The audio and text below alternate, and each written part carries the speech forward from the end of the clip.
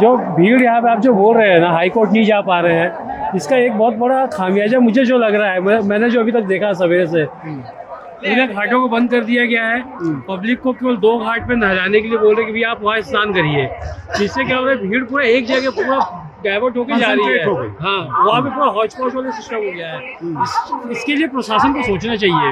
नहीं, प्रशासन जो है उसको तैयारी करनी थी। हाँ। और जो प्रशासन जो डिजिटल तैयारी कर सकता था वो नहीं कर पाया। वक्त कब मिला, यहाँ सितंबर तक तो बाढ़ थी, सितंबर तक यहाँ 10 फुट पानी लगा हुआ था जहाँ बैठे हैं। उसके बाद वो सूखते सूखते अक्टूबर आ गया। केवल 1 महीने में इन्होंने तैयारी की है, 2 महीने। यदि 15 दिन का और इनको समय मिलता तो ये आप खंभे से लेके हर चीज वो हो जाता। सर मैं एक चीज़ और बोलूँगा, जैसे हम तो बहुत दूर से आए हैं, यहाँ पे हमने डिजिटल मीडिया में, हमने न्यूज़ में, इलेक्ट्रॉनिक मीडिया में, प्रिंट मीडिया में देखा कि श्रद्धालुओं के लिए यहाँ पे इतनी वीवीआईपी व्यवस्था की गई है।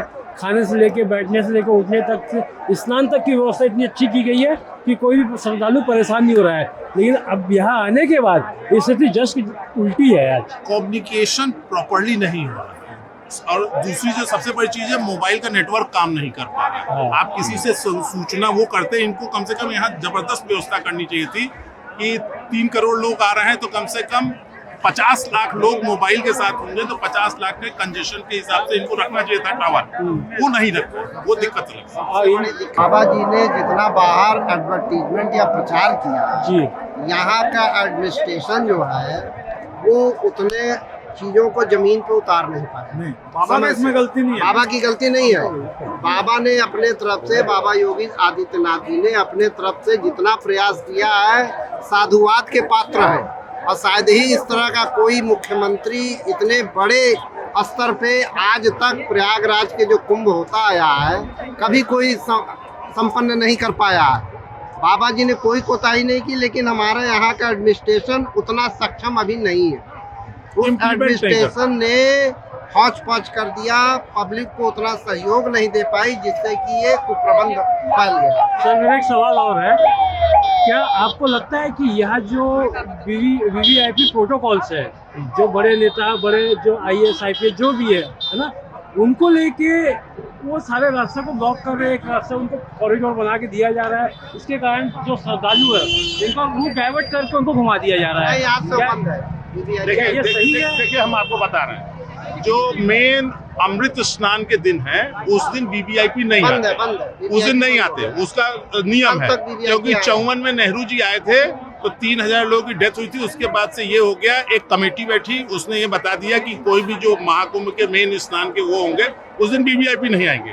पर जो वो डेज हैं जिन डेज में मेन स्नान नहीं है, उसमें वो लोग आते हैं, पर वे उनकी संख्या बहुत ज्यादा है आपकी बात, जिससे लोगों को परेशानी हो रही है। आज जैसे मैं आ रहा था तो मुझे मालूम चला कि माननीय गृह मंत्री जी के बेटे वो आए, तो उसके कारण पर रूट डाइवर्ट कर दिया गया। हमको बहुत तकलीफ हुई आज। आपको ये जान के आश्चर्य होगा कि अभी यही आगे वो है, इस्कॉन है, इस्कॉन में 3 दिन जाके गौतम अडानी रहे, कितना बड़े सेटअप के साथ रहे। तो ये जो वीवीआईपी लोग आ रहे हैं, इनको निगेटिव रूप में नहीं लेना चाहिए, पॉजिटिव देखिए कि ये लोग, ये जो सिस्टम है, कैंप्स हैं, यहाँ लंबे लंबे भोजन चल रहे हैं जो खत्म ही नहीं हो रहे। भंडारे जो लोग आ रहे हैं उनको भंडारा खिलाया जा रहा है, वो ऑफ भी नहीं हो रहा है। दिन भर में एक एक भंडारा 3-3 लाख लोगों को खिला रहे हैं। इतने बड़े सिस्टम को ऑपरेट करने के लिए, वो करने के लिए लोग आ रहे हैं। नहीं वो तो ठीक है, वो आएंगे, लेकिन किसी वीआईपी के लिए प्रोटोकॉल आप चेंज करके आप श्रद्धालु को परेशान कर रहे हैं।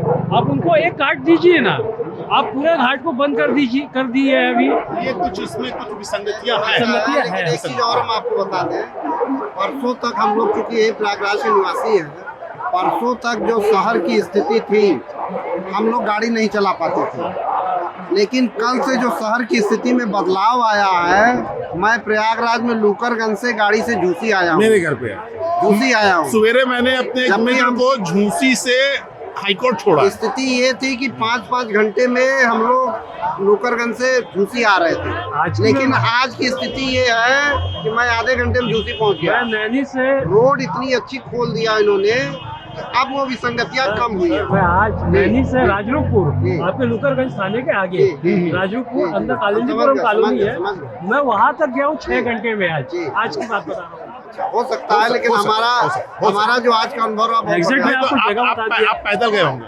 नहीं आज नहीं, का मैं बाई रोड था, कार से था मैं। कार से नहीं, दिक्कत कार है, तो- कार से दिक्कत कार तो है। बंद कर दी कार गई है। तो आज कोई प्रयागराज अंदाज शहर जो नहीं है है। वो कार के योग्य नहीं है।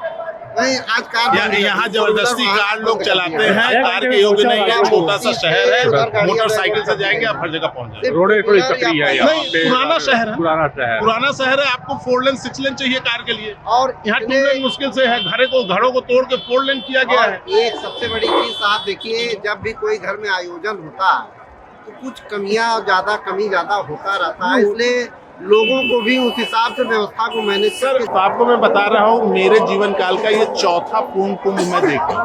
89, 2001 स्तर पे नहीं हुआ। और 2013 और ये तो अंतर ग्रेजुअली बहुत बड़ा अंतर है। बहुत आपको 2013 की कुंभ की बात बताऊं कि जो कारें थी, जो ये जाम आप यहाँ देख रहे हैं, यहाँ से 49 किलोमीटर दूर एक जगह है मुंगरा बादशाहपुर, वहाँ लास्ट कार रुकी थी। मैं अपोजिट डायरेक्शन में मैंने, वहाँ से लोग पैदल आए।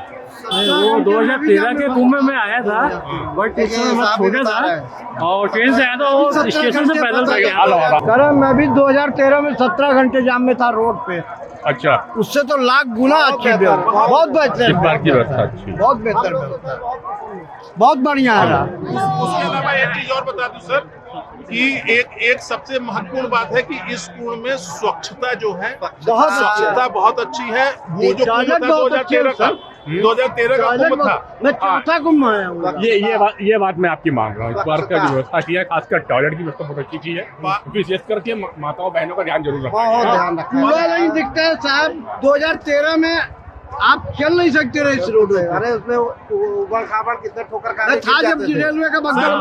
2001 का जो कुंभ था, उस कुंभ में हमारे घर में कुंभ समाप्त होने के बाद मार्च में मक्खियों की लहर आती थी। हम लोग फिनाइल से पोंछते थे, फिर वो लहर चली आती। कितना दूर है यहाँ से घर आपका? नहीं, किलोमीटर बताए, किलोमीटर किलोमीटर में माघ मेला से उस समय हम लोग यहाँ रहते थे 500 मीटर दूर। 500 मीटर 500 दूर। मीटर इतनी दूर। मक्खियाँ। और नहीं, इतनी सर, व्यवस्था मक्खियाँ बहुत अच्छी है। बहुत मैं बढ़िया, चौथा बार बहुत कुंभ में बढ़िया। आया हूँ। आप भी चौथे बार आए? हम लोग आप यहीं से बाहर से? नहीं सर, हमें काशी से। आप काशी से हैं? हम लोग तो बचपन से यही हैं, हाँ। लेकिन हम लोगों के लिए इस बार का कुंभ अकल्पनीय है। नहीं सर, हम लोगों ने बहुत कल्पना नहीं की थी इस तरह से बड़े स्तर पे कुंभ हो जाएगा यहाँ। सर सबसे बड़ी व्यवस्था जो अकल्पनीय। 3 वो बना दिया संगम, नहीं उसी संगम में जान निकल जाती है सर। यहाँ संगम, वहाँ संगम, लोग संगम स्नान कर रहे हैं, वो बड़ी बात है। कई जगह पे कर दिया। बहुत ठीक बढ़िया किया। है, जो लोग पहली बार, हम जैसे लोग पहली बार आए और जो जी। हम लोगों ने सुना है जी। टीवी के माध्यम से, जी, जी। जो सोशल मीडिया में दिखाया गया, जो न्यूज चैनल में दिखाया गया, उसको देख करके हम लोग को लगा कि जितनी व्यवस्था बता रहे हैं उतनी व्यवस्था हुई नहीं। पर आप लोग बराबर आए हो तो ये एक अनुभव मिल रहा है बहुत आपको। बढ़िया व्यवस्था है। ये सिस्टमैटिक रूप से आप देखिए, देखेंगे तो कमियां एक के हैं। बाद एक व्यवस्था में नहीं सर, बहुत सुधार। 40 करोड़, अगर आपके घर 10 लोग हैं भाई और 15 लोग और आ जाए तो आपकी घर की व्यवस्था चरमरा जाएगी। ये तो 30 करोड़ लोग हैं। सर मैं माफ़ी चाहूँगा, आज से 12 साल पहले आप कुछ और थे और 12 साल बाद आप कुछ और हैं। जी बिल्कुल डिफरेंट। तो देखिए, समय के साथ चीज़ें बदलती है, व्यवस्थाएं चेंज होती है, तो सेम चीज़ वही हुआ है, लेकिन जितना हाईलाइट किया गया मेरे हिसाब से, हमने जो आज जो सफ़र किया है यहाँ पे, है ना? देखिए सर, उनमें अगर आप 4 पहिया लेके जाएंगे हाँ, तो आप फंस जाएंगे। संभव नहीं है। आप, मैं काशी से हूँ, आप अदर छोड़िए, हाँ, सही कहा। आप काशी में 4 पहिया लेके गए तो संभव नहीं है। चले ही नहीं संभव सकते नहीं सर। है। संभव काशी नहीं गलियों है। का सहारा नहीं, आपको जहाँ थोड़ी बनाते हैं साहब सर। 200 करोड़ की भीड़ चल रही है, वहाँ 4 पहिया चलना संभव नहीं है। हमारा मुद्दा ये था आप लोग को जानने का कि पिछले वर्ष के कुंभ में जो 1-2 कुंभ हुए, उसके तुलना में अभी के कुंभ में क्या अंतर देखने को मिला? ये मुद्दा एक मेरा देखिए सर, था। सबसे अच्छी तो सफाई रही, सफाई रही, टॉयलेट बढ़िया रहे, जो 3 संगम बना दिए, जो संगम पे भगदड़ होती है सर, आप यहाँ नहा के उधर निकल गए, कपड़ा का पता नहीं। मैं 4 घंटा 13 के कुंभ में सर मेरा कपड़ा ही नहीं मिल रहा था, मैं ठंड में कांप रहा था।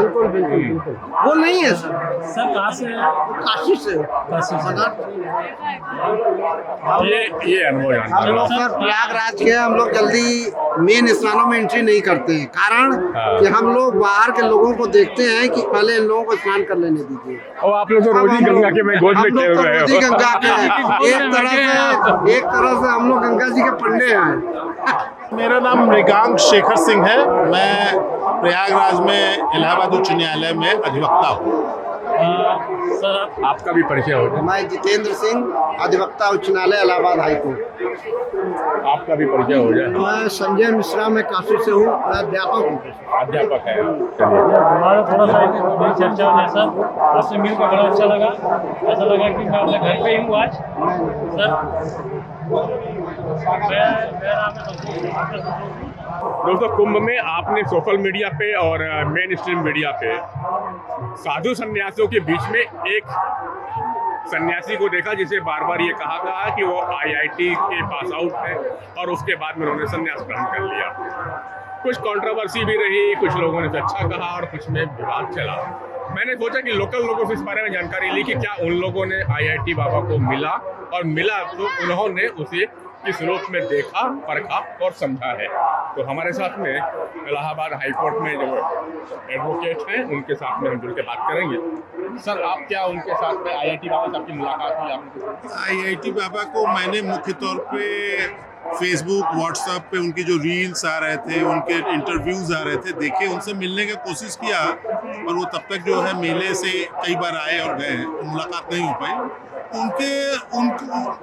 उनके विषय में मैंने जाना, उनकी बातों से जाना कि उन्होंने थोड़ा अध्यात्म की मार्ग पर चले हैं, पर वो जो अध्यात्म का रास्ता है उस पर सतत नहीं चल पाए। उनकी जो शब्दावली होती थी, जैसे वो बात करते थे, तो उनमें ऐसे शब्दों का प्रयोग होता था जो शब्द संत नहीं इस्तेमाल करते हैं, उनका नियंत्रण होता।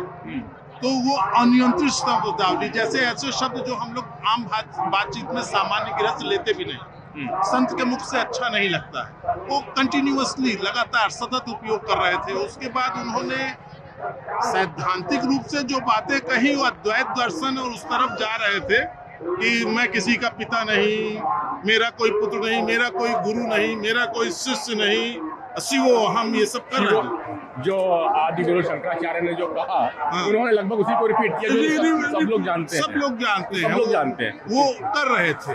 पर उन्होंने जिस तरीके से संत समाज के विषय में लोगों को बताया उनके अन्य इंटरव्यू में कि आधे क्रिमिनल्स हैं, आधे भागे हुए हैं, आधे वो है, तो ये सब अच्छा नहीं लगा। वो नकारात्मकता से भरे हुए हैं।